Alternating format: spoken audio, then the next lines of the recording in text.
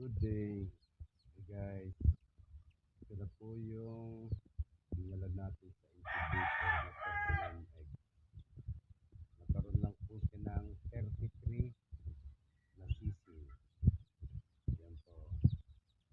Ngayon po ay January 7. Kanina ko lang po kinuha. Ilalagay na po natin sa ating brooder. Mamaya po natin sa tayo inumin para makapamahinga.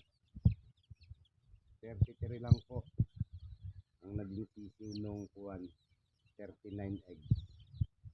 Yung 6 po walang similya.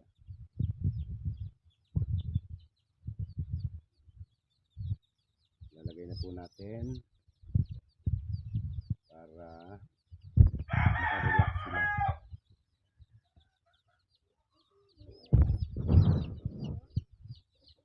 Para makarelax muna sila.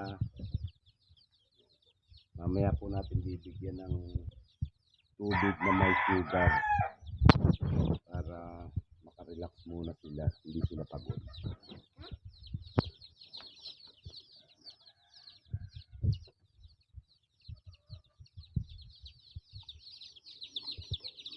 Ito po ang sisiw nung isang linyada lang po. Lahat pong sweater. Tago. Bali na anak ko.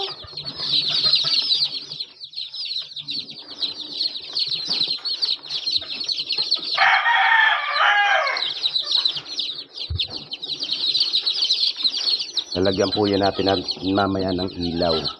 Kahit isang beses lang po kung mag-iilaw. Ngayon lang unang gabi. Isa na lang. Ayan na po, nadyan na sila sa kanilang bagong kulungan. Isang linggo po sila dyan sa brooder ko.